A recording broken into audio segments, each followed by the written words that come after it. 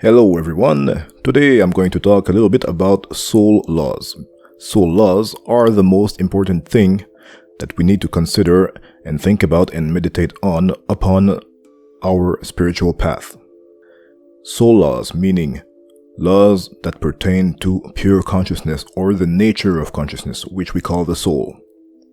Now, the main and the most important soul laws, the primordial soul laws, we already know what they are. They've been known since forever, but they were taught, or perhaps they were brought to mankind's consciousness gradually from the moment Christ has taught them. So the first law, of course, is that you have to love your God with all your soul, all your mind, all your power, everything you have. And the second law is you should love thy neighbor or thy brother as thyself. We know these laws. We've known these laws. Those aren't Christian laws.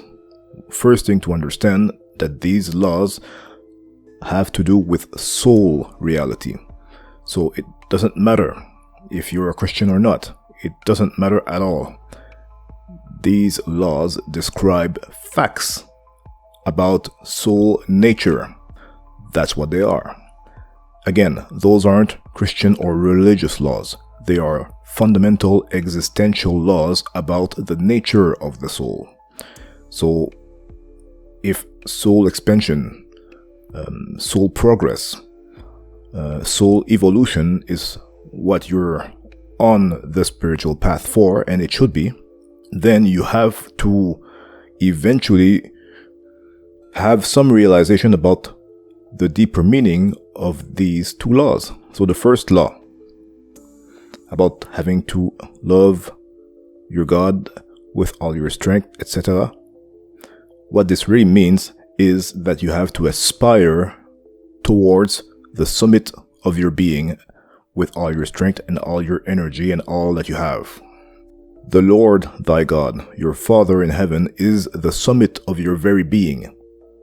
This may sound strange to some people, but that's still what it is. You have no choice to go through a more expanded soul realization about the nature of the soul before you can do that. You have to go through soul reality before you can reach divine reality, if we want to call it like that. There's no way other than that. Because divine reality is, in a sense, above soul reality.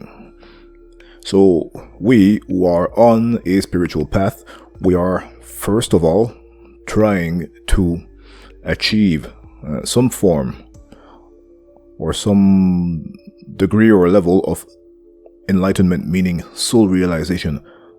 Every time we refer to light, we refer to soul reality.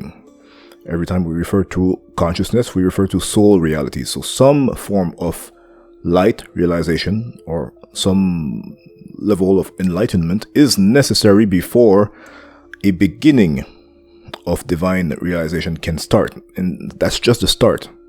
It is impossible to approach the reality within, because that's part of your being, but it's impossible for your consciousness to become conscious of that aspect of your very being that we call the Father in heaven. It's impossible to become even a little bit conscious of it if there's not enough light within. Otherwise, it's impossible. Now, there are tons of reasons. Well, there are many reasons behind that. I don't think I'm going to get into that right now, but just know that it's necessary for a certain amount of light within incarnated consciousness before in incarnation or during incarnation you can become conscious of the very occult reality that we call the Father in heaven. So aspire towards the summit of your being and you will realize at some point that the Father is a most fundamental part of your being and not some other being somewhere else in heaven. Now to the second soul law. When Christ thought that we ought to love our neighbor or our brothers as ourselves, the underlying reality behind that is that your brother is like thyself. This is a statement of fact. Your brother is like thyself. His soul is like your soul. You're not fundamentally different. So, Loving doesn't mean emotional kind of loving. It's deeper than that. It has to do with the right kind of relationship that you have with everyone, basically. Of course, love in this case does not mean emotional attachment to people. It doesn't mean that. It doesn't mean anything other than right relationship under the law.